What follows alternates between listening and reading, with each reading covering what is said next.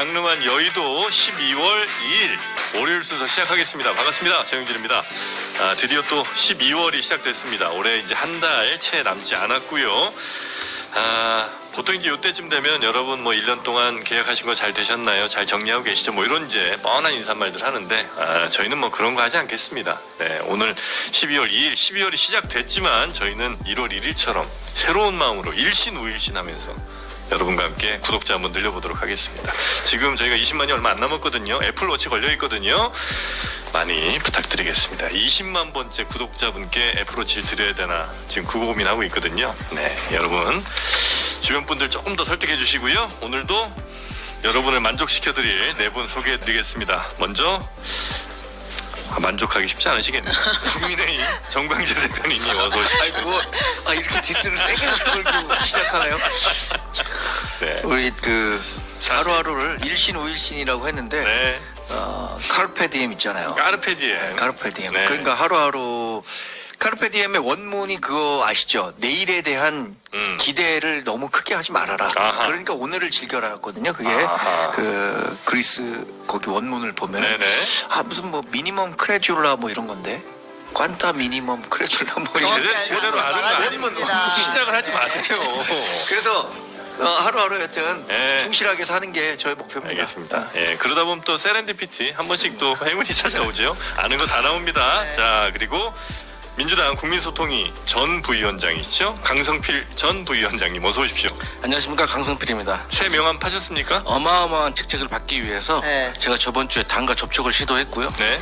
저 곧 있으면 다음 주 중에 좋은 결과 제가 가지고 여러분들 앞에 새로운 모습으로 서도록 하겠습니다. 보통 위에서 준비한 다음에 이런 걸 얘기를 많이 하던데 여기 이제 밑에서 먼저 네, 우리는 이제, 상향식이군요. 네, 이제 버터업이라고 하죠. 다음 주까지 직함이 안 나오면 네. 그냥 전 말고 그냥 당원으로 소개하는 걸로 합시다. 강성필 당원. 네네. 네. 강성당원입니다. 네. 자, 그리고 개혁신당 김성열 수석 대변인님 어서 오십시오. 예, 안녕하세요. 김성열입니다. 네, 반갑습니다. 괜찮죠? 개혁신당? 예, 괜찮습니다. 저희 아무런 문제 없고요. 뭐 소환도 뭐 한다고만 하더니 전혀 연락도 없고 그래요? 전혀 아무 문제 없습니다. 항상 안부를 여쭙게 되는 김성열 대변인님 그리고 최윤경 기자님 어서 오십시오. 네, 안녕하십니까. 네, 반갑습니다. 자, 그러면 우리 최윤경 기자님과 함께 뉴스 하나하나 좀 살펴볼까요? 네, 제가 여기 나오시는 분들한테 공통적으로 드리는 질문이 있습니다. 네. 12월 10일 김건희 특검법 통과될 것인가 라는 것인데요. 네. 지금 다 이제 답변을 해주시면 저희가 12월 10일에 뭐 하다가 네. 누가 맞았나 확인을 한번 해보려고 합니다. 한동훈 대표가 김건희 여사 특검법 재표결에 대해서 전략적 모호성을 유지한다 이런 이야기가 있어요. 전략적 모호성. 네, 아주 그냥 편하게 표현하면 내가 확 수틀림 이제 이렇게 네. 통과시킨다라는 이야기를 했다라는 분위기가 있었는데 한동훈 대표가 내가 한 얘기는 아니다라고 네. 다시 한번 물러났잖아요. 네. 친한계 내에서는 매우 이제 격분하고 있다. 그다음에 특검을 통과시켜야 한다는 의견과 막아야 한다는 의견이 공존한다. 이런 상황이고 그다음에 한 대표의 스탠스가 그냥 공포탄은 아니다. 그러니까 실제로 통과시킬 수도 있겠다라는 이제 분위기가 지금 있다는 거예요. 시쳇말로 뻥카 아니다. 그렇죠. 네. 너무 시쳇말 나왔네요. 근데 이제 거기서 친윤계에서 네. 추경호 원내대표는 야당의 술책에 부원해동하면 안 된다라고 이야기를 했거든요. 그리고 친윤계 내부에서는 정말 김건희 여사 특검법 통과시켜? 야, 그럼 우리가 한동훈 특검법 통과 못 시킬 것 같아? 이런 얘기도 지금 나오고 있다고 합니다. 그래요. 아니 근데 그 친한계가 그렇게 많진 않잖아요. 이쪽 보고 말씀하시고요. 많진 않죠.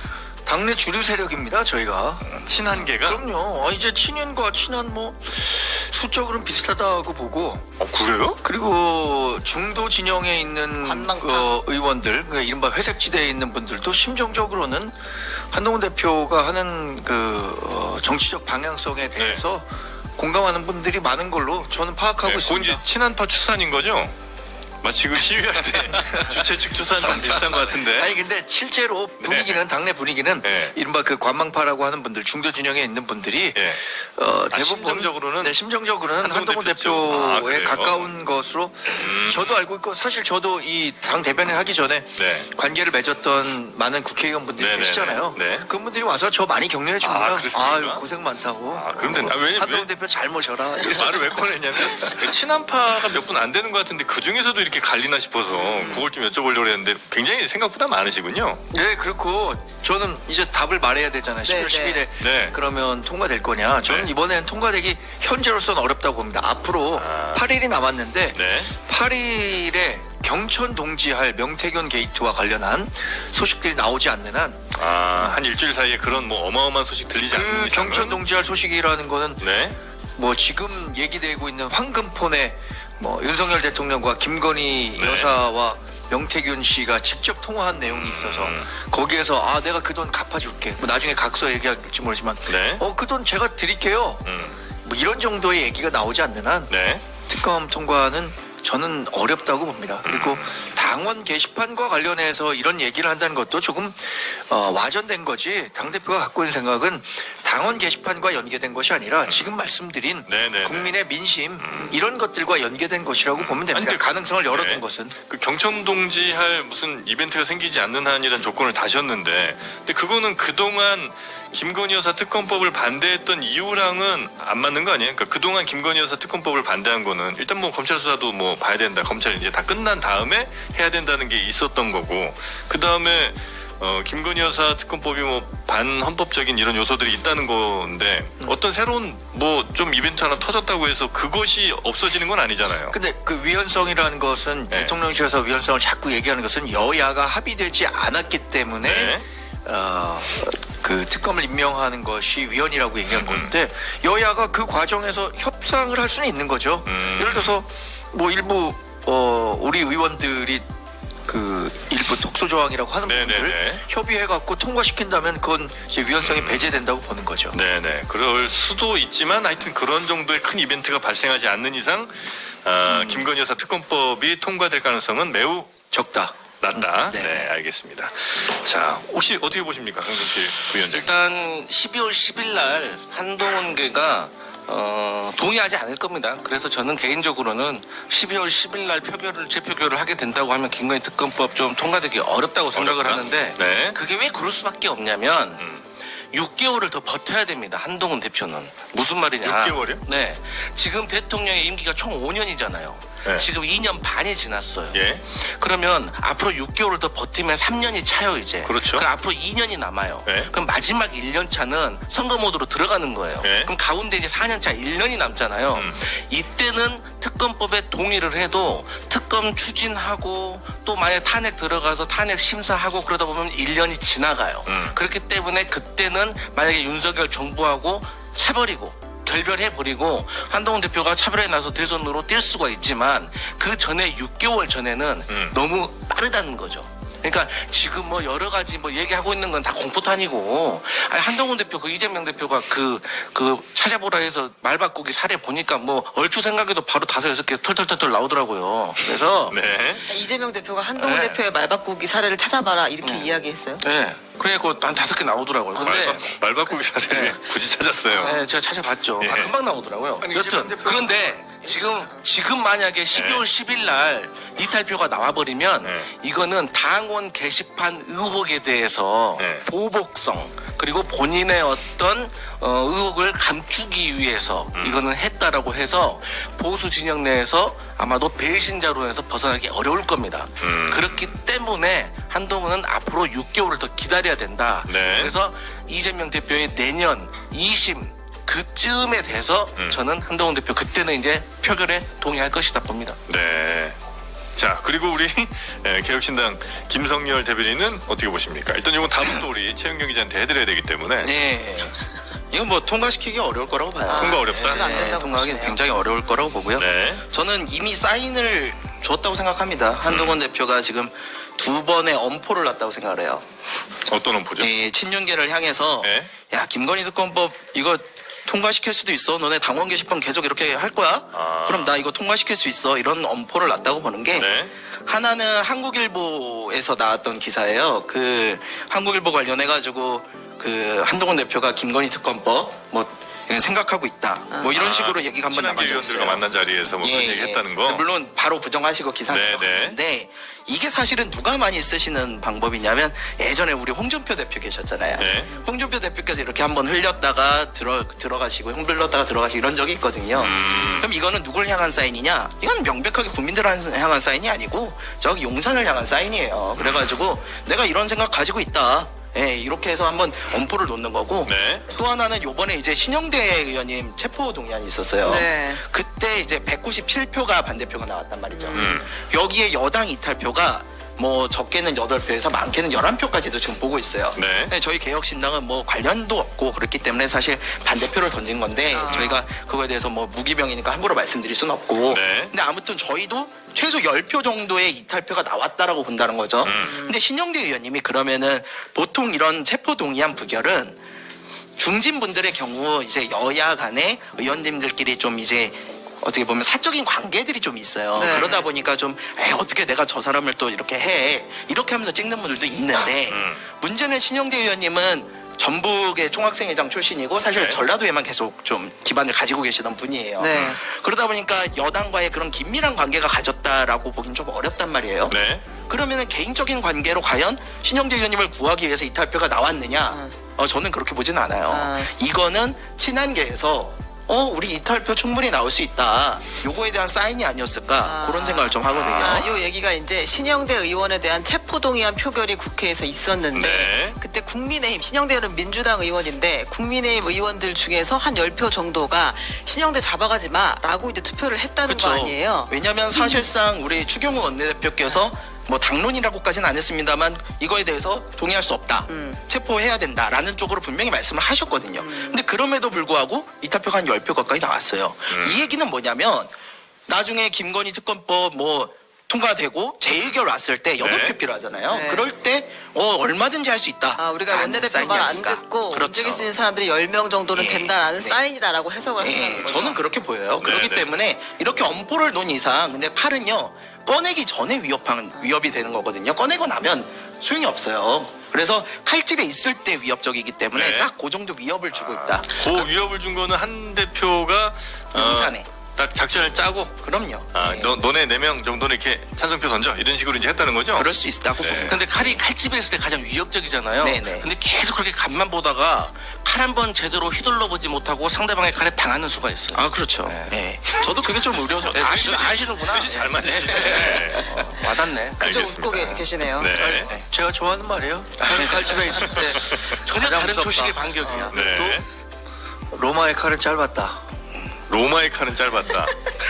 그건 아니, 뭐 하나만 합니다. 로마는 단검이었는데 네, 그래도 네. 팍스 로마나를 만들었잖아요. 네. 그만큼 용맹하게 싸웠다는 건데 저는 왜 그런 말씀 드리냐면 지금 여러 해석들 하시지만 지금 당내 사장과는 상관없이 밖에서 보신 이야기를 한 거고 저는 신영대 의원이 이렇게 부결된 것은 이게 지역 민원을 해결하는 과정에서 발생한 문제로 불거졌는데 굳이 구속 상태에서 수사를 해야 되느냐라는 뭐 지역구 의원들의 일반적인 정서 이런 것들이 좀 반영된 거라고 생각해요. 이게 뭐 전략적으로 야 우리가 한 10표 정도는 이탈할 수 있다는 걸 보여줘야 되니까 누구는 그럼 이번에 반대표 던져라 그런 건 찬성표 아니다. 던져라 이렇게 안 하죠. 알겠습니다. 근데 사실관계는 좀 말씀을 드려야 되는 게 이게 체포동의안이 통과된다고 해서 구속이 되는 게 아니에요. 아시다시피. 네. 그래서 체포동의안이 통과되면 그때 가서 판사에게 영장실질 심사를 받는 거고요. 이재명 대표도 거기서 부당하다고 그래가지고 실질심사 이제 저거 됐잖아요. 네. 됐잖아요. 그런 식으로 어차피 그 과정을 거치자는 건데 그거조차도 못하게 한다? 국민의힘에서 개인적인 관계도 없이 저는 이거 전략적인 판단이었다고 봅니다. 예. 근데 이제 국회의원들은 뭐가 있냐면 아니, 안에선 전략이 다른 없다고 얘기하시죠. 하는데 밖에서 계속 전략이었다고 얘기하는 네. 모양이네요. 자, 지금. 네. 그러면 진짜 우리 삶에 매우 중요한 예산 예산이 오늘 처리돼야 되는 거죠? 아, 처리될까요? 그렇죠. 근데 이제 677조예요, 내년 예산이. 예. 근데 지금 어떤 상황이냐면 이제 민주당에서 정부에서 가지고 온 예산안에서 쭉 깎은 다음에 네. 예를 들면 뭐 특활비 깎고 뭐 깎다 보니 지역 화폐 그렇게 같이 깎여 나갔는데 4조 정도를 감액한 다음에 예결위에서 단독 처리했습니다, 민주당이. 네. 그러니까 이제 여당이나 정부에서 추가로 손을 대지 않은 상태에서 민주당 안이 지금 통과된 상황이고 네. 오늘 본회의에 이걸 상정해서 그냥 표결을 해버리면 그게 내년 예산이 돼버리는 거예요. 4조 깎인 게. 네. 네. 4조가 깎인 것뿐만 아니라 이제 필요한 것들을 사실 정부에서 다 증액을 하고 이제 숫자를 맞추잖아요. 그리고 지역 구 의원들 입장에서는 우리 지역에 필요한 사업들을 사실 더 집어넣어야 되는 것도 있고 네. 그리고 정작 민주당이 이제 이재명 대표 입장에서도 자신의 어떤 이 트레이드 마크라고 하는 지역 화폐 예산을 2조나 깎아가면서 지금 이런 일을 했단 말이에요. 근데 그럼에도 불구하고 아무튼 네. 민주당은 밀어붙이겠다 이런 네. 상황입니다 지금. 이대로 이거는 안 가겠죠? 보통은 이렇게 이제 여야가 힘겨루기를 좀 하다가 이제 다시 합의를 결국은 다시 하죠? 지금 민주당이 네. 자해 공갈단으로 활동하다가 네. 공갈이 안 통해갖고 이거 뭐야? 이거 아닌데 우리가 생각했던 건 이런 식으로 좀 당황한 게 아닌가 싶어요. 아, 그래요? 일단 우리가 깎아놓으면 저쪽에서 어떤 식으로든 다시 네. 협상하자. 정부도 증액하는 거 좀 협조해 달라 이런 식으로 예상하고 한수 정도 들어올 텐데 놓고 보자 이렇게 합의를 했는데 그 예상을 했는데 그대로 안 갔다는 거군요. 그렇죠. 지금 대통령실이 그거 감액한 대로 그럼 갑시다. 이렇게 얘기를 하니까 이게 아닌데 우리가 생각했었던 건 네. 굉장히 당황한 모습이고 그래서 어제 이재명 대표가 안동 고향이라고 해서 갔잖아요. 네. 거기서 정부가 다시 증액 요청하면 에이펙 예산 그거 복원해 줄 수 있는 거다라고 또 가능성을 열어뒀더라고요. 그래서 지금 정부나 우리 당은 네. 민주당의 명확한 사과 이런 조치에 이렇게 일방적으로 네. 감액했었던 것들에 대해서 재발 방지나 사과 없으면 지금 감액한 대로 갑시다. 이런 입장이어서 민주당이 어떻게 할지 좀 두고 봐야 된다고 생각해요. 사과를 해야 돼요, 그게. 그렇죠. 아니 우리가 정말 네. 반대하고 네. 정부가 공을 들여서 677조 원이라는 예산을 짜왔는데 자기네 마음에 안 드는 것만 그냥 다다닥 잘라갖고 네. 한 거예요. 특히 가장 대표적인 거 제가 몇 개 정서적으로 맞지 않는 거 네. 말씀드릴게요. 전공의 지원. 이게 요새 전공의들이 조금 예, 어렵기 예, 때문에 예. 정부가 좀 지원을 해줘야 된다고 예. 했었던 거 아닙니까? 3,678억 원이었는데 931억 원으로 잘랐고요. 취약계층 아동 자산 형성 지원. 이거 어려운 가정들의 자산을 형성할 수 있도록 정부가 도와주자. 네네네네. 이게 1,532억 원이었는데 21억 원으로 줄었어요. 이런 것들은 민주당이 오히려 더 증액하자고 해야 되는 거 아니에요? 대학생 근로장학금 6,358억 원이었는데 네. 83억 원으로 줄였습니다. 전 뭐 특활비, 특경비 이거를 얘기하는 게 아니라 네. 정말 어려운 사람들에 대해서 두텁게 예산을 통해서 보장해 주자고 하는 이런 예산마저 자신들이 얘기하는 뭐 지역화폐 예산이 반영되지 않는다 이런 이유로 잘라버리는 것은 이거는 정말 민생 먹살이 좀 얘기하면서 네. 겉과 속이 완전히 다른 그 대변인님 행태를 말씀은 보이고 있다고 생각합니다. 민주당이 어느 정도 협상용으로 낸 요 예산안, 그러니까 깎은 예산안이 정부가 당연히 늘릴 거라고 예상하고 다시 증액을 냈던 요청할 거를 줄 알았겠죠. 그걸 그냥 네. 정부가 통과시킬 수도 있다. 네. 아니 정부가 통과시키는 게 아니라 지금 그렇죠, 민주당이 통과시키는 정부가 이제 거예요. 따로 네. 뭘 더 요청하지 예. 않고 갈 수도 있다. 가능성이 있을까요, 근데? 저기요, 근데 저기요. 근데요. 아니 전공의와 관련된 예산은 네. 왜 깎였고 거기에 대해서 편상 내역 보셨어요? 아마 안 보신 것 같은데. 설명하세요. 전공의는요 네. 지금 현재 돌아오지 않았어요. 네. 그렇기 때문에 1년 예산 중에서 2개월을 삭감을 한 겁니다. 돌아오지 않았으니까 대신 나머지 10개월 정도 또 돌아올 수가 있으니까 예. 편성을 해놨다는 점. 마치 누가 들으면은 전공의 인건비를 관련해서 싹 삭감한 것처럼 얘기하시는데 편성은 해놓고 네, 액수를 줄였다는 거예요. 지금 네. 당장 없잖아요. 그들한테 네, 네, 지급할 네, 내용이. 네, 네. 그렇기 때문에 2달 정도를 일단 공백으로 놔두고 예를 들어서 1월달, 2월달 공백으로 놔두고 3월달부터 12월달까지는 책정을 해놨다고요. 그러니까 깎인 거는 1, 2개월 그러니까 네, 두 달치예요. 예. 3,678억 원에서 931억 원이면 4억 국민의힘. 오늘 아침에 네. 그 민주당 그 예결위 간사가 공식적으로 발표했으니까 확인하시면 되고 네. 또 대학생 그 지원 사업 있죠. 그 사업 내용 안 보셨을 것 같아요. 왜냐면 그 사업 내역이요 한 10가지가 돼요. 근데 거의 중복이 많고 실질적으로 도움이 되지 않아요. 그리고 네. 여러 부처에서 갈래로 찢어져 있는 사업 많다는 점 그럼 알려드리고. 그건 깎는 게 맞는 거네요, 그러면? 아니 그러니까 다시 재편성 그러니까 증액하고 삭감하고 그래서 하는 거 아닙니까? 네. 예를 들어서 이 사업이 뭐 국토부에서도 하고 있는데 환경부에서도 하고 있어. 그럼 정리를 해야 될 거 아니에요? 그러니까 이제 말씀하신 대로 예를 들어 그 2달치 월급 그다음에 또 중복된 예산이라고 네. 깎은 거. 그러면 이거는 굳이 증액할 필요 없이 이대로 가는 게 맞는 거네요. 네. 아니, 그리고 중복 예산이라고 자, 얘기하셨으니까 해도 얘기하셨으니까 네. 그리고 이제 가장 중요한 포인트는 예비비하고 어떻게 보면 특수활동비예요. 네네. 그 예비비 같은 경우가 보통 이번에 4조 8천억을 편성을 하셨더라고요. 네. 근데 보통의 평균적으로 예비비를 쓰는 게 1조 5천억 정도에서 다 끝납니다. 그렇기 때문에 한동훈 대표가 어디 눈 오는 그 현장 가가지고 이렇게 눈 오는데 쟤 이거 어떻게 할 겁니까? 하는데 네. 기존에 원래 다 그 1조 5천억 한돈에서 다 썼고 오히려 우리가 거기에 9천억을 증액시켜준 꼴이다. 네. 4조 8천억에서 2조 4천억이니까. 네.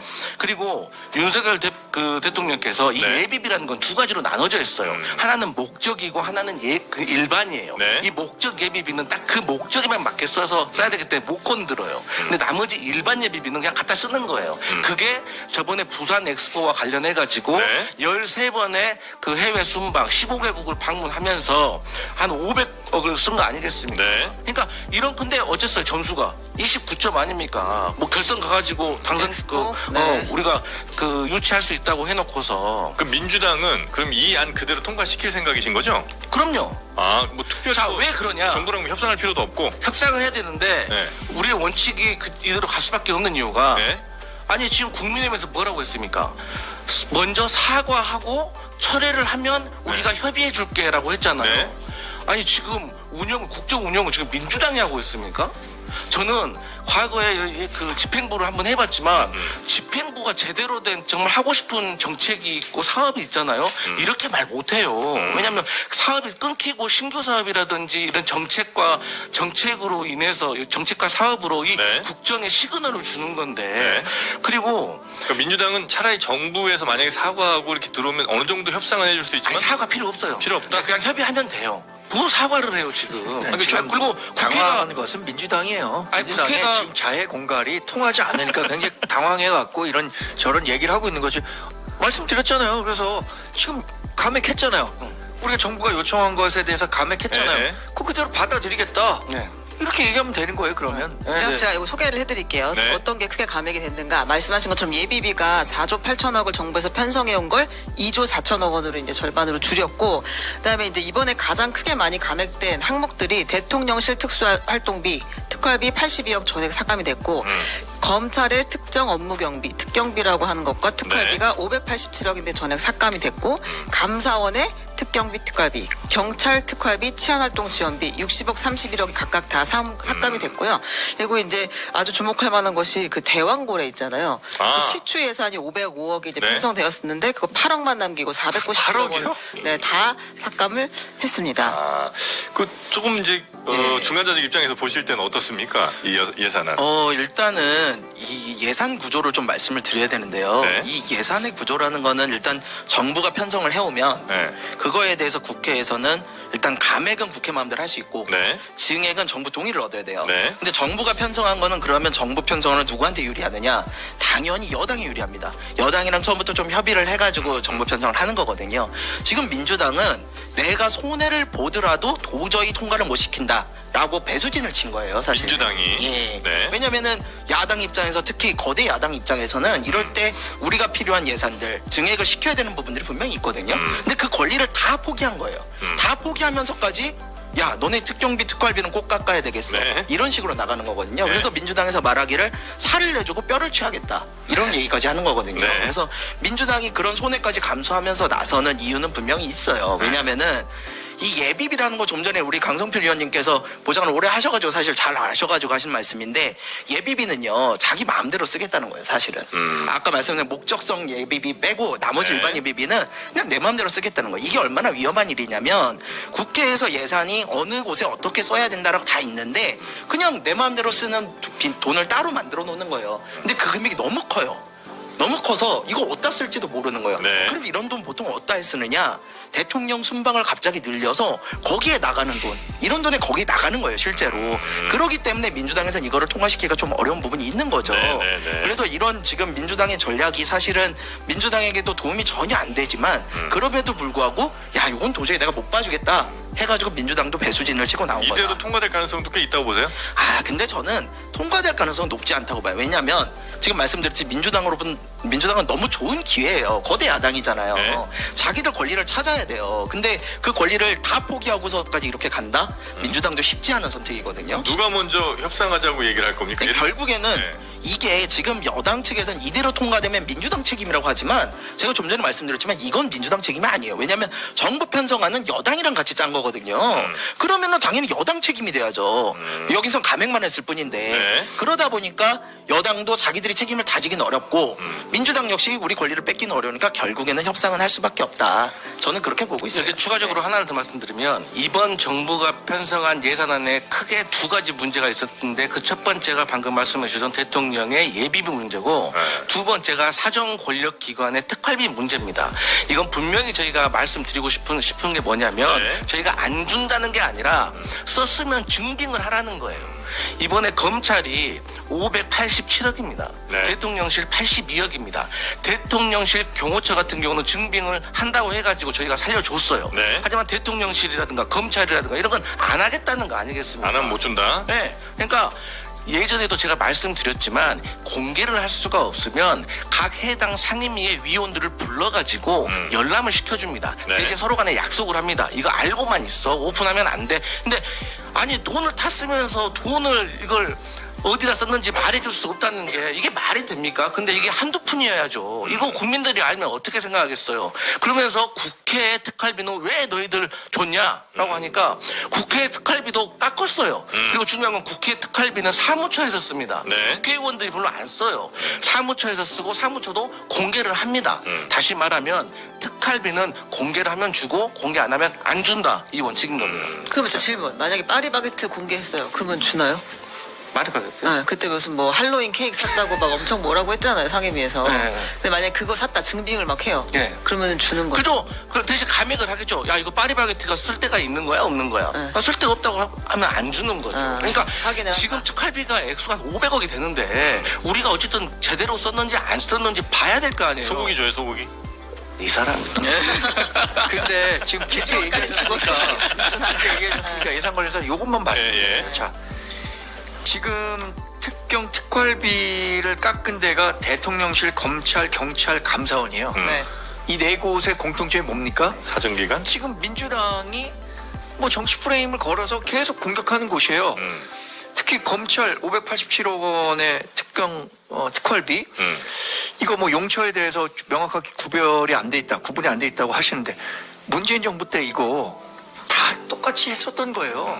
아, 그건 똑같이 아닙니다. 했었던 일에 그건 대해서 아닙니다. 하고 네. 경찰 31억 원 전액 삭감했는데 이것도 마찬가지예요. 그러니까 이런 부분들에 대해서 본인들이 했었을 때는 뭐 전혀 문제 제기하지 않다가 지금에야 문제 제기하는 건 뭐 아니라고 말씀하시는 거. 아, 어떤 문무일 것들- 검찰총장은 특활비 다 공개했어요. 윤석열 검찰총장, 전임 전장이었던 문무일 검찰총장 다 공개했습니다. 어디다 특활비. 썼는지? 네, 공개했습니다. 당시의 상황과 검색해 지금 보세요. 상황을 검색해 보십시오. 나중에 네. 이 587억 원 전액 삭감했다는 것은 과거에도 이 비용이 용처를 공개하지 않고도 네네. 반드시 필요한 비용이었기 때문에 인정됐었던 부분이에요. 이거 다 그거 삭감한 거 아닙니까? 네. 감사원 60억 전체 삭감 이번에 감사원장 탄핵한다는 거 그거랑 연장선상이 있다고 봐야죠. 탄핵을 실제로 지금 이제 민주당이 추진하고 있는 거죠? 네네 하겠다고 했는데요. 네. 감사원장과 서울중앙지검장 등등 하겠다고 했는데 그건 이제 아직 표결은 붙여지지 않은 상황이니까 좀 지켜봐야 될 것 같고요. 네. 세금 얘기에서 하나만 더 하면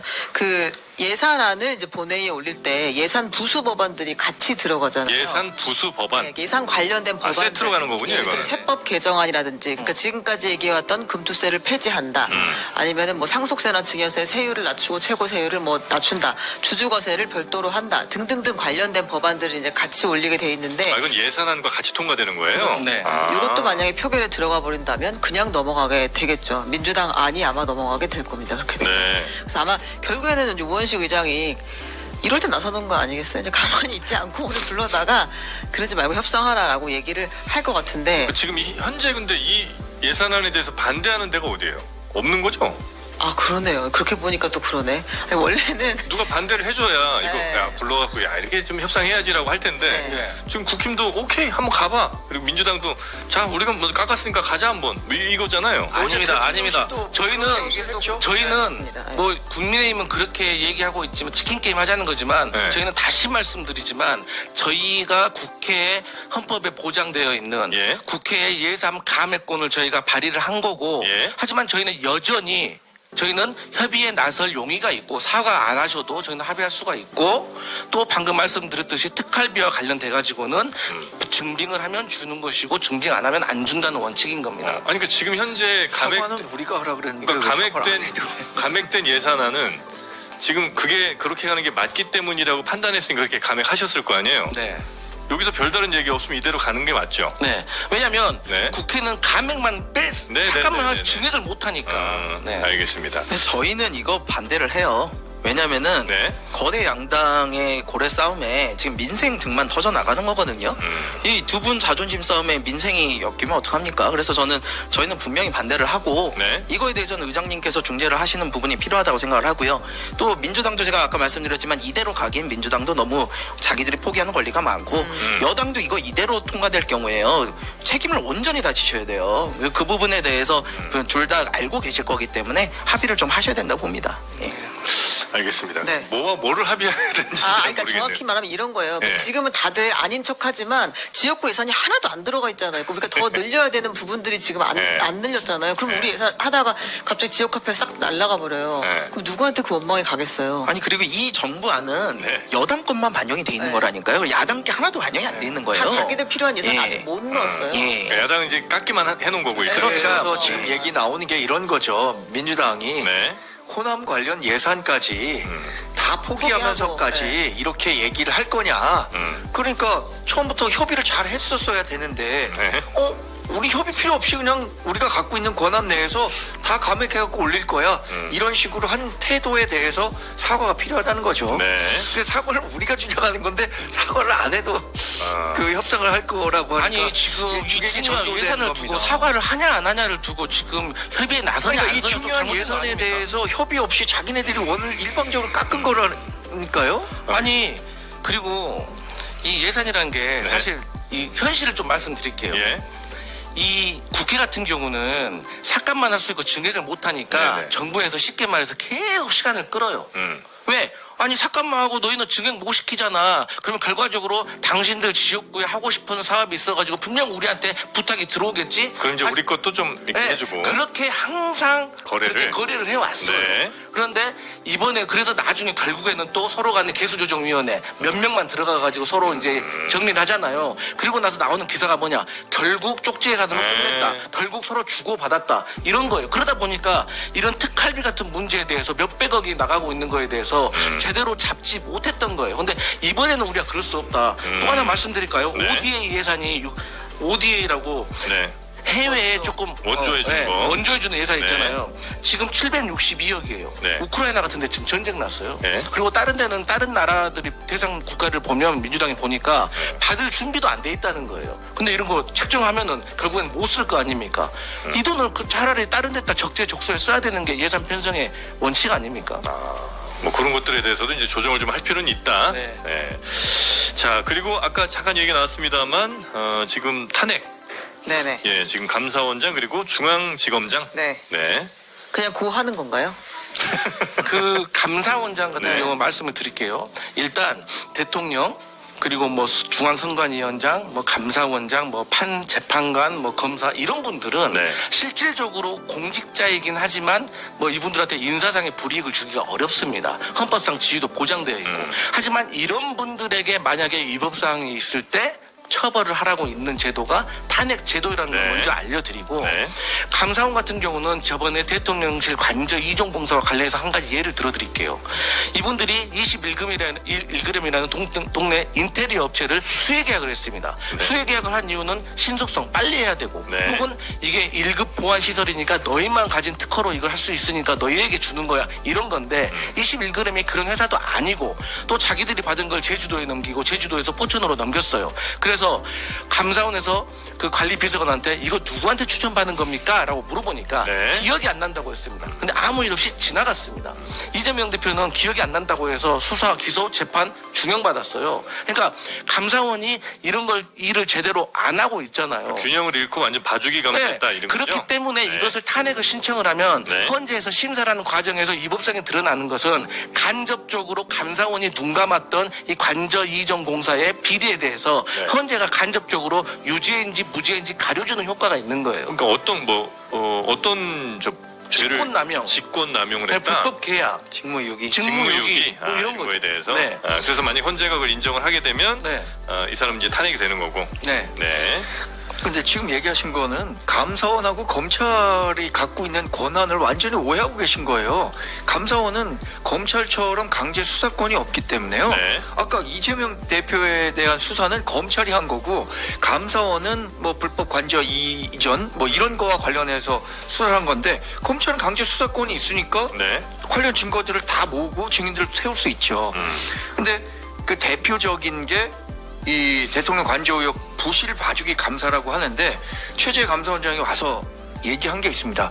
최선을 다해서 규명하려고 했으나 우리가 갖고 있는 권한 내에서 규명을 하기가 어렵기 때문에 규명하지 못했다. 네. 그럼 자 예를 들어서 봅시다. 우리 아들이 공부 열심히 해요. 네. 근데 결국 서울대 떨어졌어요. 서울대 떨어졌다고 너 우리 아들 하지 마라. 이렇게 할 수 있는 거예요? 무슨 탄핵? 아니 그러니까 열심히 진짜. 감사를 한 분에 대해서 네. 나는 내가 가진 권한 내에서 열심히 감사를 했는데 그 권한 내에서 규명하지 못한 부분이 있다. 네. 라는 거 인정했잖아요. 그럴 때 하는 게 뭐예요? 그걸 검찰이 가지고 고발하는 탄핵한다는 거예요. 건 말이 안 되는 거죠. 그럼 검찰이 고발하면 되잖아요. 검찰이 고발을 아니, 했어야 감사원이 되죠. 고발 조치를 해야죠. 요거 관련해서 제가 네. 좀 말씀을 드릴게요. 저희 말씀 맞아요. 뭐 서울대 가려고 열심히 공부했는데 못 갈 수 있죠. 그러면은 공부 열심히 했는지는 확인을 해야 될 거 아니에요. 지금 오늘 저는 사실 올 때까지 네. 감사원이라는 곳은 독립기구이기 때문에 이거에 대한 탄핵은 좀 과하지 않나 라는 생각을 하면서 왔어요. 근데 오는 길에 감사원에서 이거에 대해서 탄핵의 부당성에 대해서 입장을 냈더라고요. 너무 기가 막혀가지고 얘기를 안 할 수가 없어요. 어떤 입장입니까? 아니 왜냐면은 네. 감사원에서 지금 여러 가지 탄핵이 부당하다는 얘기를 했는데 두 가지만 말씀을 드리면 하나는 전현희 그 국민권익위원장에 대한 그 감사가 정치 감사였다라는 부분 자기는 인정을 못하겠다. 이걸 국민 누가 그렇게 보겠어요. 당시에 전현희 위원장이 임기 남았으니까 버티겠다고 하고 안 나가니까 그거에 대해서 표적 감사한 거는 뭐 국민들 다 아실 거예요. 이거에 대해서는 그렇게 말하면 억지고요. 그리고 지금 관저공사 이야기 그렇다고 있잖아요. 우리가 표적 검사했습니다. 이렇게 얘기는 못 할까요? 아니 그래도 그냥 얘기를 말하지 이거 가지고 이게 왜 정치 감사냐 그럼 정치 감사 맞는데 그거는 그리고 네. 관저 공사 지금 말씀하신 대로 충분히 했다 네. 그랬는데 못 잡았다 그럼 증명을 해야 될 거 아니에요. 지금 논점이 뭐냐면요 그거에 관해서 감사했을 때 회의록을 내놓으라는 거예요. 회의록을 내면 다 해결이 돼요. 그럼 그동안 어떻게 감사를 했는지 나올 거 아니에요.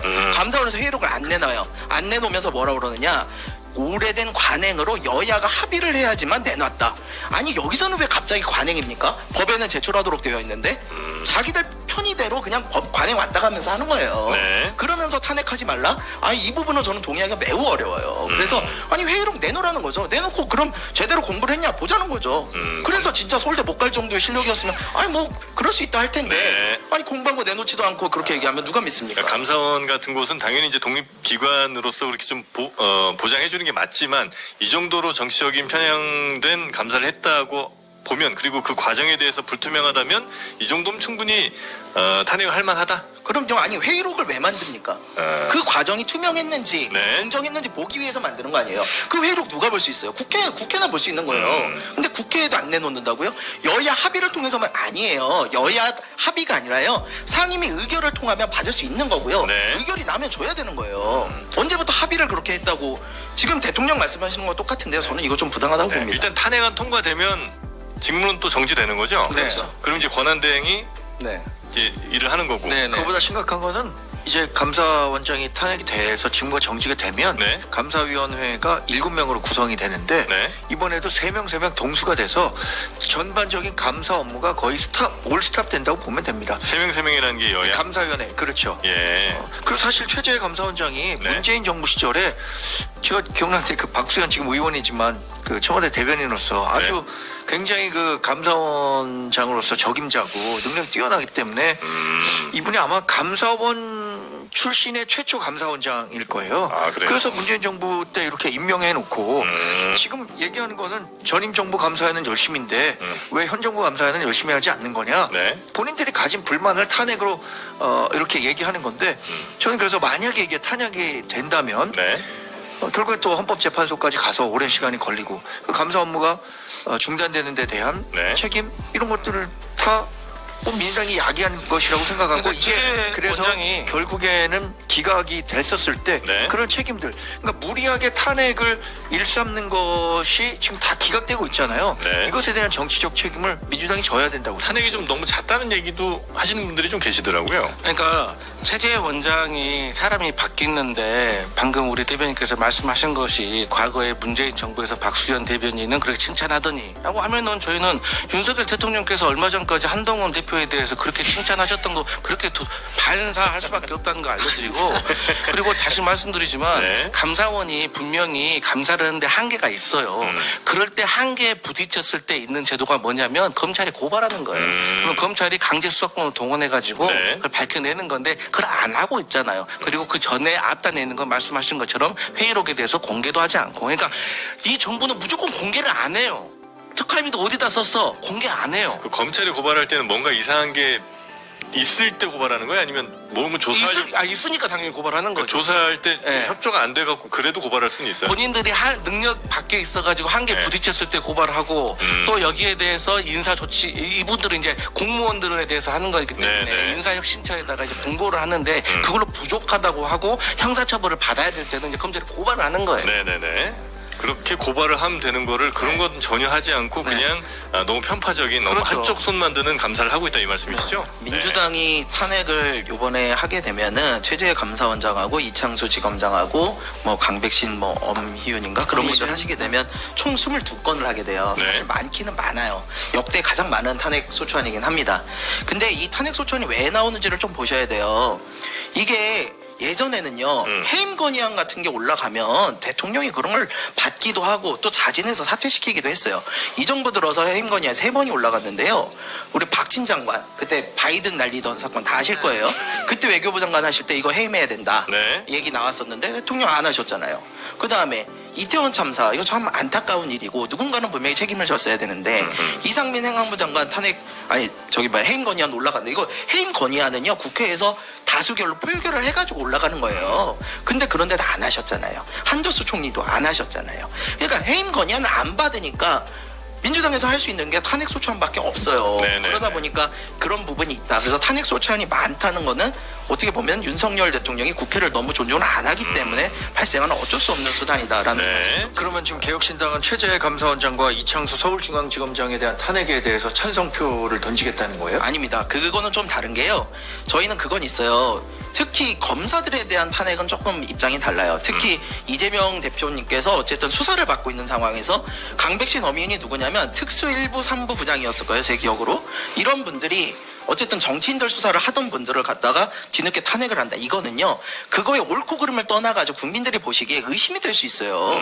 오얏나무 아래서 가끔 묵능력이 될 수 있다고요. 네. 저희는 이런 건 바람직하지 않다고 보여요. 그래서 검사 탄핵에 대해서는 그렇게 생각을 하지만 네. 감사원 같은 경우는 저희가 지금 말씀드렸지만 아니 공개를 해야 될 의결이 난 회의록 같이 이런 것도 공개를 안 한다. 그리고 사실은요, 저는 감사원에 되게 불만이 있는 게 감사원은요, 정부에 이런 걸 협조하는 기관이 아니에요. 대통령에게 이렇게 소속돼 있는 기관이 옆으로 빠져 있어요. 조직도를 봐도. 네. 그런 준 독립기구라고요. 그런데 감사원 사무총장 예전에 뭐라고 그랬습니까? 우리는 윤석열 정부를 위해 뭐 성공을 위해 최선을 다한다. 저는 그 말에서부터 감사원이 굉장히 좀 편향돼 있다라는 생각이 있었거든요. 정치로부터 자유롭지 못했다. 예. 근데 제가 이 그래서 부분 반론 좀 드려야 될 것 같은 게이 검찰 탄핵에 대해서 저는 사실 지금까지 여러 명의 검찰 탄핵에 있어서는 공수처로 하는 게 옳지 않겠느냐 저는 그런 주장을 했었어요. 네. 왜냐하면 이게 이제 조그마한 위법 같은 그러니까 탄핵을 하면 헌법재판소에서 심사를 하게 되는데 헌법재판소에서는 이 사람이 뭐 몇 가지의 위법성은 분명히 드러났지만 그 위법성이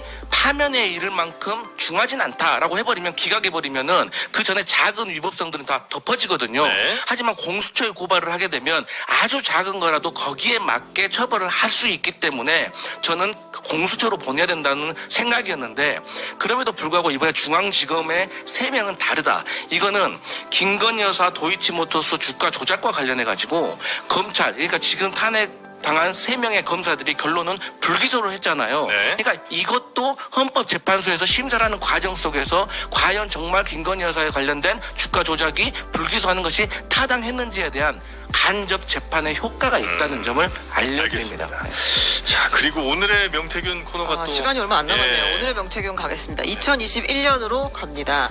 이때 서울시장 보궐선거 당시인데요. 국민의힘의 후보는 안철수, 오세훈 두 사람이었어요. 네. 단일화 과정에서 조금 이제 의심되는 부분이 나왔다라는 건데요. 이상하더라고요. 네네. 이 후보 단일화를 협상하는 게 3월 9일입니다. 그리고 이제 3월 11일 여론조사 업체 한국리서치가 두 사람 중에 누구를 선호하느냐라고 물어봤대요. 네. 그래서 여론조사 결과를 발표한 게 오세훈 38.4, 안철수 38.3. 0.1%포인트잖아요. 거의 비슷하다고 네. 봐야 될 것 같은데, 이 다음 날인 3월 12일, 명태균 씨가 이제 똑같이 단일화 후보를 묻는 비공표 여론조사를 벌였습니다. 근데 그 결과, 안철수 후보보다 오세훈 후보가 3.4%포인트 이기는 걸로 돼 있었다는 거예요. 네. 근데 이 조사를 뜯어보니까 완전한 가짜 조사였다라는 게 이제 드러난 거예요. 아, 약간 보정도 아니고. 네, 어떻게 된 거냐면 실제로 조사에 응답한 거는 176명이었고 이 여기서 보고한 거는 929명이었어요. 아, 거의 1000명 정도 했다고 네, 얘기를 네, 네. 했는데 알고 보니까 176명 조사한 거다. 네, 그러니까 753명의 응답은 완전히 그냥 가짜로 만들어냈다. 네. 이렇게 볼 수 있고 네. 앞에 176명까지 했을 때는 안철수 52.3%, 오세훈 47.7%로 오히려? 네, 안철수 후보가 5%포인트 정도가 더 앞섰던 거예요. 예. 그러니까 실제 조사 결과는 안철수 후보가 더 높게 나왔는데 네, 그걸 숫자를- 176명 조사했을 때는 예. 그걸 막 이렇게 저렇게 숫자 막 더 붙여갖고 최종 결과를 결과는 오세훈 후보가 51.7대 앞서는 48.3으로 걸로. 바꿨다. 이건 이제 그냥 보정 정도 아니고 완전 조작인데 네, 네. 요걸로 뭘 했다는 겁니까? 아니 비공표 여론조사인데 이걸로 정확하게 뭘 했는지는 그건 아직 모르겠어요. 나오지 뭘 했는지. 않았어요. 비공표 여론조사예요. 자, 그럼 제가 거기다 설명을 아, 해드릴게요. 뭘 했고 왜 한 거예요 그러면? 그러니까 오세훈 시장 같은 경우는 네. 명태균 씨가 했던 조사 방식과 음. 당시에 국민의힘 경선 과정에서 실시했던 100% 시민 여론조사 방식이 다르기 때문에 네. 서로에게 영향을 줄 수가 없고 그다음에 명태균 씨가 했던 거는 그 국민의힘 지지자지만 본인은 서울 시민을 대상으로 했기 때문에 연관관계가 없다 이런 내용인 거예요. 네. 그런데 그게 현실적으로 그렇지 않다는 게 한 2가지 정도가 있는데 첫 번째로는 제가 미공표 여론조사도 결국에는 돌리게 되면 그 사람의 인지도가 올라가는 효과가 돌리게 분명히 된다는 있어요. 거는 여론조사를 돌린다. 아니, 들어보세요. 일단. 그렇잖아요. 네. 그러면 그 사람만 하는 게 아닌데. 아니 들어보세요. 그리고 그 사람에 대해서 그러니까 그조차도 사실 순번이라든가 여러 가지 질문 항목을 설계함에 있어서 효과를 줄 수가 있고 네. 두 번째로는 결국에는 서울시장 경선을 할 때 시민들에게 전화를 물어보지만 거기에 국민의힘 지지자라든지 국민의힘의 당원들이 응답할 확률이 매우 높아요. 네. 만약에 저는 민주당원인데 저한테 물어보면 그냥 뚝 끊어요 그냥. 그렇기 때문에 결국에는 이런 비공표 여론조사를 카톡 방식으로 조직책들한테 각 지역에 있는 조직책들한테 야 이런 찌라시 형태로 돌리면 지금 대세가 오세훈 쪽으로 기울었다, 역전했단다 이런 식으로 하게 되면 이게 시민 여론조사에서 국내임 당원들이 응답할 가능성이 높고 그 응답한 당원들이나 시민들이 오세훈에게 표를 둘 확률이 있다는 거. 그러니까 이게 객관적으로 몇으로 뭐 3이야 5야 이렇게 효과를 줬다고는 책정할 수가 없지만 네. 결과적으로 영향을 줄 수 있는 가능성이 있기 때문에 이거에 대해서는 철저하게 조사를 해봐야 되고 네네네. 그 부차적으로 또 중요한 거는 과연 그러면 오세훈 시장 같은 경우는 본인은 명태균 2번만 만나고 본인의 측근에게 넘겼다. 근데 그 본인의 측근 뭐 강모 뭐 부시장 같은 경우도 명태균과 만났는데 결국엔 다투고 헤어졌다. 네. 그래서 자기는 그 명태균 씨가 자기 캠프에서 이런 일을 했다는 걸 알지도 못한다. 그리고 세 번째 김모 씨라는 그 사업가 후원회장 네. 그분도 본인을 위해서 이렇게 한 것 같은데 결국엔 자기한테 패가 되었다. 그래서 또 사고를 쳤다. 그래서 이렇게 부정을 했단 말이에요. 오세훈 시장도. 하지만 강혜경 씨가 미래한국연구소의 강혜경 씨 같은 경우는 오세훈 시장도 분명히 보고 받았을 것이다 라고 했기 때문에 네.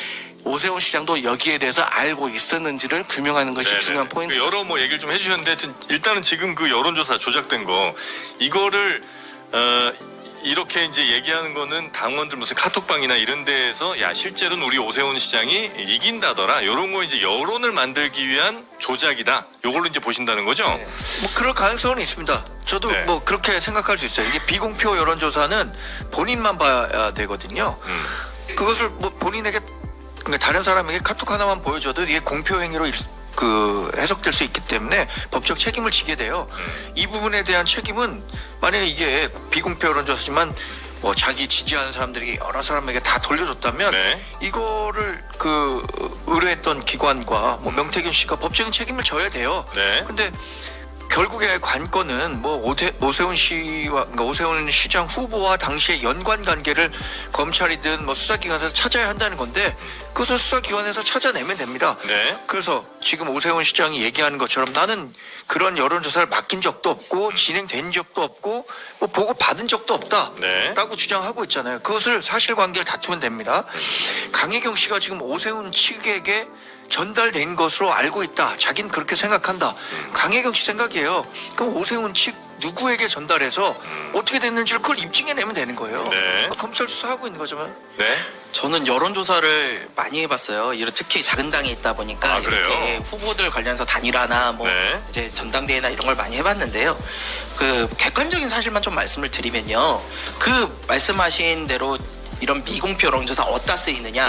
예를 들어가지고 이렇게 단톡방이나 이런 데 돌리면 네. 무조건 불법이에요. 근데 못 돌려요. 이게 증거가 남고요. 바로 요새는 왜냐면 이 당원들이 우리만 속해 있는지 몰라요. 그중에 한 분이라도 이거 갖다가 찌르잖아요. 네. 바로 걸려요. 아, 그렇기 그래요? 때문에 예, 네. 캠프가 바로 걸려요. 그래서 특히 이렇게 치열한 선거, 큰 선거에서는 절대 불가능한 이야기예요. 그래서 예. 만약에 그런 주장할 거면 그때 카톡방을 누군가 한 명은 내놔야지 이게 성립을 하는 부분이 네. 있어요.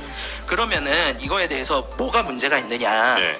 일단은 아까 말씀하신 뭐 인지도 부분이나 이런 부분 두 사람한테는 해당 안 되는 얘기 같은데. 예. 오세훈 안철수는 인지도와는 전혀 상관이 없어요. 네. 그리고 많은 분들이 착각을 하시는 게 있는데 미공표열한 조사도요. 선거 때는 선관위에 신고는 해요. 네. 문구에 대한 허락을 받고 해야 돼요. 그래서 문구를 내 마음대로 만들지 못해요. 예. 그러니까 명태균은 무슨 일을 하느냐 하고 나서 결과값을 조작을 하는 거지 예. 처음부터 이 문구를 조작하진 못해요. 그러다 보니까 영향을 사전에 미치기는 굉장히 어려워요. 네. 그렇기 때문에 여론조사만 가지고는 사실상 영향을 미치기는 어렵다. 특히 이게 단일화 과정에서 영향을 미치기 굉장히 어려운데 저는 이 부분에서 하나 지적하고 싶은 건 안철수 지금 후보의 태도예요. 안철수 후보 대리인도 이걸 가서요. 똑같이 이런 선거 때는 여론조사 문구 그다음에 룰싸움 엄청 치열하거든요. 그렇겠죠. 근데 그 상황에서 안철수 후보가 이걸 몰랐다. 만약에 명태균 피해 날 쪽에서 이런 거를 내가 조사를 했더니 오세훈이 앞서더라. 그러니까 이대로 가자. 뭐 이런 얘기가 나왔다. 안철수 후보 바보입니까? 이거를 인정을 해요? 알지도 못하는 여론조사 기관이 내 비공표 여론조사를 했는데 이렇게 나왔다. 이걸 인정을 해요? 아니죠. 당에서 인정하는 훨씬 큰 여론조사 기관 추첨을 통해서 뽑은 이런 걸 가지고 해야죠. 근데 이제 와서 그런 게 없었으니까 안철수 후보가 얘기를 안 했던 거거든요. 근데 이제 와서 불법 사항이 있었으면 뭐 봐야 된다? 불법 사항이 있었으면 자기가 봤어야죠. 너무 너무 무능하고 너무 무력했던 거 아닙니까? 안철수 후보가 예, 저는 아니, 이제 와서 얘기하는 거 너무 비겁하다고 보여요. 솔직히. 이준석 의원이 안철수 의원 싫어하니까 이 개혁신당 대변인까지 이렇게 디스하면 아니, 근데 그때 이거 안 진짜 되는데. 그래요. 왜냐면은 이거는 둘 다 캠프에 똑같은 권리가 주어져 있어요. 가서 네. 감사할 권리도 있고 처음부터 여론조사 문구 때도 참여할 권리가 있고 룰도 같이 쓰여져요. 그런데 그걸 못 잡아놓고는 아니 그래서 이걸로 명태균 씨가 한 여론조사로 단일화한 거 아니잖아요. 아니, 그쵸, 단일화는 아니 이걸로 결정되는 건 아니지만 영향을 주고 그리고 이게 나경원 후보와 그러니까 국민의힘 내부 경선에서부터 이 조작이 시작된 거 아니겠습니까? 그리고 나서 이제 단일화까지 이어진 건데 다시 말씀드리지만 제가 앞서도 말씀드렸지만 이 비공표 여론조사에 대한 불법적인 요소는 이미 두 분이 말씀하셨다시피 네, 네, 네. 불법이 있는 것이고 네. 중요한 것은 얼마나 어떻게 영향을 미쳤는지는 네, 네. 결국에는 이제 언론이 이만큼 얘기했으면 강제 수사권을 동원할 수밖에 없다 그런 거예요. 네, 수사에는 저희도 동의합니다. 그 당시에 하고 있잖아요. 예. 한번 정리하겠습니다. 당시에 그 단일화는 한국 리서치, 글로벌 리서치 두 군데에서 조사를 했고요. 이틀에 걸쳐서. 오늘 이제 양당이 이제 제대로 의뢰를 해서 하는 거죠? 네, 그러니까 당에서 의뢰를 하는 거고 네. 두 후보가 이제 하나씩 다 검증을 해가지고 여기서 하자라고 뽑기를 네. 통해서 얘기를 한 거고, 그다음에 이제 3,200명을 대상으로 100% 무선 전화 방식을 통해서 조사를 했다. 그 결과 이제 오세훈 후보가 됐다, 단일화 후보가 됐다라는 건데, 이제 그 명태균 씨의 이런 이제 비공표 여론조사는 그때 오세훈 후보도 몰랐다는 거잖아요. 그러니까 안철수 후보도 당연히 몰랐겠죠. 지금 우리가 모두 알게 된 것이니까 이걸 어떻게 이용했는지는 조금 파악을 더 해봐야 된다. 네. 참 안철수 의원은 저는 이제 슬픔이 벌써 많았죠. 몇 년째 네네네. 단일화의 정말 아이콘이 돼서 네. 12년. 그렇게 단일화를 많이 해보신 분이 이런 거를 강산이 변했습니다. 어떻게 이렇게 매번 당하시는지 모르겠어요. 그러니까 뭐 순수하신가 보죠. 그래서 모든 걸 그대로 믿으시니까. 저는 너무 안 됐어서. 이 네. 정도 저도 되면 좀 순수하고 개인적으로 나도 너무 무능이라고 봐요. 안 아니, 됐고. 아니, 잠깐만. 근데 예. 그때 대변인님은 어느 캠프에 계셨어요? 언제? 서울시장 선거할 때 이거 저는 확인하고 가요. 민주당에 있었습니다. 아, 민주당에 계셨어요? 예. 그래요? 근데 우리 김성렬 대변인이 안철수에 대해서 잘 알아요. 예, 그래요? 국민의당 시절도 있었기 때문에 그래서 이렇게까지 목소리로 국민의당에도 있었고 민주당에도 있었고 개혁신당. 예, 국민의힘에도 있었습니다. 뭐 정당 브랜드 슬램이야? 아니, 정당 쇼핑한 아니, 거야? 이호준 그래서 지금 3선을 했는데. 야 이게 현역 의원이면 완전 철새 정치. 아니 근데 현역 의원이 제가 아니어서 보좌진을- 지금. 제가 보좌진을 18대 국회 때 시작했는데 네. 그때만 해도 양당 옮겨가는 거 큰 무리가 없었어요. 그 상임위 위주로 주로 이제 예, 보좌진들은 그냥 전문성만 인정받으면 여러 당에 다녀보신 결과 어느 당이 제일 낫습니까? 저희 개혁신당이 제일 나은 것 같습니다. 2등 개혁신당 다음으로. 2등? 2등 이거 얘기하면 상당히 그런데요. 나중에 끝나고 말씀드리도록. 그래요? 궁금한데. 자, 여튼 그래서 지금 안철수 의원이 이거 철저히 수사해야 된다 이렇게 이제 페북글을 올렸죠? 네, 그렇습니다. 네. 아니, 뭐 입장을 밝혔는데 수사는 뭐 진행이 될 것 같은데 결과를 되돌리기는 또 쉽지 않을 것 같다는 생각이 드네요. 네. 이게 만약에 불법성 있으면 어떻게 뭐 선거 무효 이거는 이미 기간이 너무 지났죠? 공소시효 끝났어요. 공소시효 끝났죠? 끝났고. 네. 그럼 이거 처벌도 안 그냥 되나요? 뭐 억울한 일로 끝나는 거죠. 아니 억울한 것도 억울- 없어요. 이게 자기 권리를 자기가 못 찾은 건데. 아니 권리에 잠자는 사람은 그걸 주장할 필요가 없어요. 아니 근데 또 이제 작정한 아니 근데 그걸 어떻게 아니야 근데 저는 100% 그렇게만 말하면 안 된다고 생각을 예. 해요. 아니 기본적으로 정당에서 가장 중요한 행사인 경선을 하는 과정에서 당연히 당의 선관위가 구성되어 있고 나름대로 공명정대 뭐 선관다 이런 거 있잖아요. 그럼요. 그래서 딱 그걸 믿고 하는 거지. 그것을 못 믿었다고 해서 그것을 나쁘다고 하는 건 아닌 것 같아요. 일종의 사실 그럼에도 불구하고 항상 의심을 해보고 좀 이거를 그런 어떤 행동도 필요하지만 어쨌든 결국에는 이제 무능하긴 한데. 근데 결국에는 결국엔 뭔가 명태균 씨가 한 나쁘다고만 하는 일 아니야. 네. 명태균 씨가 이렇게 미공표 여론조사에서 조작을 했었던 이 결과가 당시의 서울시장 결과에 영향을 미쳤는가? 네, 그렇죠. 그 미친 정도가 어느 정도일까? 이건 저는 이걸로 판세가 바뀌었다고 생각하지는 않거든요. 네. 당시에 이 오세훈 후보가 전 그때 당시엔 기자였는데 네. 나경원 후보와 단일화가 된 이후에는 탄력이 붙어갖고 당시에 우리 당은 한 120석 정도 되는 의석수를 갖고 있었고 국민의당이 몇 석 갖고 있었나요? 뭐 몇 석 안 됐기 때문에 네. 그 당세를 밀고 왔기 때문에 이게 뭐 결정적인 영향을 줬다라고 보기는 어려울 것 같아요. 네. 저도 마찬가지로 여론조사에 대한 조작은 좀 어려웠을 거라고 보고요. 지금 민주당이 이 방향으로 잡으면 안 된다고 생각해요. 저는 이거보다 공천 개입에 좀 더 초점을 두고 가야 된다라고 네. 생각을 하고 있는 상황이에요.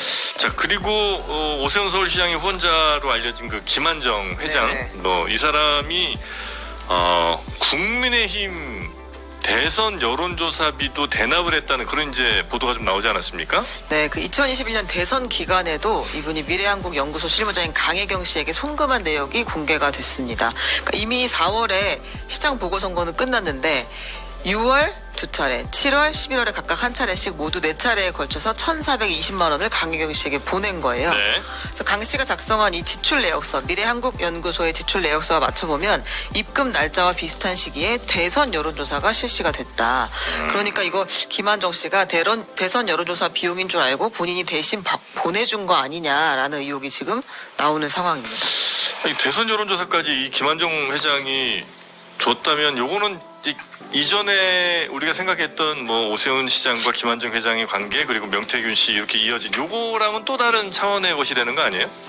근데 이제 네. 사람 속을 어떻게 알겠냐면은 김한정 씨 같은 경우에는 네. 예를 들어서 명태균 씨가 윤석열 그 후보하고 막연한 관계인 것 같네. 그리고 확실히 자기가 옆에서 보니까 여론조사를 통해 가지고 윤석열 또 후보의 한심을 샀고 영향력을 발휘하고 있구나. 그러면은 윤석열 대통령이 나중에 대통령이 되게 되면 명태균이 또 영향력을 발휘할 수 있고 그러면 본인이 후원하고 있는 오세훈 시장도 차기 대선을 노리니까 여기 와서 가운데서 내가 역할을 좀 해봐야지라는 이제 그런 어떤 로드맵이 있었을 수도 있는 거죠, 네, 사실. 네, 네. 그렇기 때문에 이제 하지만 이게 결론적으로는 이분이 그 명태균 씨가 지금 뭐 경남시장, 뭐 대구시장, 지금 서울시장, 뭐 또 여의도 연구원의 지상욱 의원과 관련해 가지고도 또 네. 어떤 용역도 있고 하니까 이거는 정말 그 국민의힘의 큰 폭탄이 될 수도 있겠다. 저는 그렇게 그러니까 생각합니다. 이거 국민의힘에도 굉장히 큰 부담되는 거 아니에요? 만약에 당 차원의 대선 후보 여론조사 돈을 만약 김한정 씨가 대신 내준 거면?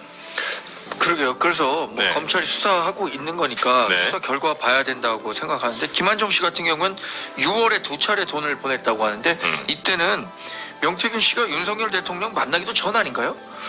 6월에 6월이면은 뭐 거의 6월쯤에 만난 네네. 건데 그때 대선 조사와 관련해서 했다는 것은 네. 본인이 이제 오세훈 시장 당시에 이 여론조사 기관을 통해서 여론조사를 좀 받아본 결과 그런 거를 뭐 대선에는 어떻게 될까 한번 그런 궁금증에서 했을 수도 있다고 생각해요 저는. 근데 대통령 이게 씨 누구 특정인 그러니까 네. 당시에 명태균 씨와 네. 윤석열 대통령이 만나기도 전인데 네. 윤석열 후보를 돕기 위해서 이걸 의뢰해갖고 했다. 이거는 선후 관계도 맞지 않는 거죠. 근데 그 조사를 해봐야 되는 게, 이미 대통령께서 명태균 씨하고 2번밖에 안 만났다고 했는데, 그거 다 거짓 해명으로 드러났잖아요. 아니 그런데 그런데 한두 번입니까, 지금? 만난 시기와 관련해서 그러니까 그 시기도 그 전부터도 다 유치가 알수 되고 있는데. 있는 거고 확정할 수는 없다. 이때 그래서 뭐 대선 조사와 함께 당대표 선거가 6월에 있었잖아요. 7월에 있었나요? 그거까지 포함해갖고 당대표 조사도 지금 그때 당시에 김한정 씨 녹취를 보면 당대표 조사에서도 내가 이준석 도왔는데 뭐 고맙다는 말도 안 하고 자기 팔고 다닌다 이런 네. 얘기까지 나오는 거니까 네. 이걸 당시에 뭐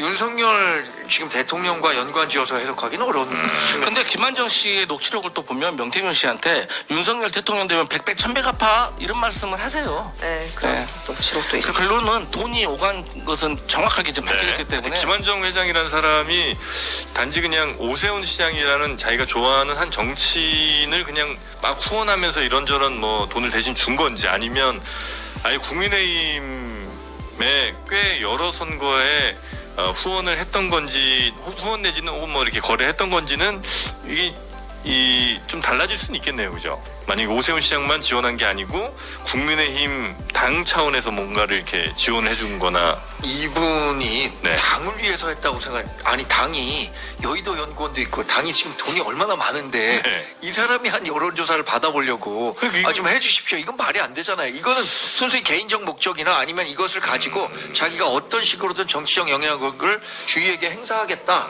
라는 식으로밖에 목적이 해석할 있었다. 수밖에 없는 거죠. 근데 이미 지상욱 여의도 연구원장이 명태균 씨한테도 영역을 줬어요. 네. 여론조사. 그러니까 저는 그런 것 같아요. 이 공식적인 절차에 따라서 이루어진 김한정 거잖아요. 이분이 사업하시는 분이다 보니까 네. 이 명태균 씨의 여론조사 능력을 보고 이 사람의 능력을 조금 나름대로 높이 산 것 같고 그래서 나름대로 이 명태균 씨한테도 조금 일종의 투자를 했었고 또 그 명태균 씨에 같이 일했던 강경 씨한테도 계속 같이 일하자고 본인의 여론조사 업체에 등록한 데서 네. 이렇게 하기 때문에 이분을 통해서 나름대로의 어떤 뻗어나가려고 하는 정치인들과 관계를 가져가려고 했던 것도 의심해 볼 수 있을 것 같아요. 저는 네. 아까 그래서 우리 강 의원님께서 말씀하신 것처럼 명태균 씨가 어쨌든 대통령 측근으로 보이니까 거기에 좀 줄을 대려는 그런 게 아니었나라는 생각이 좀 있고요.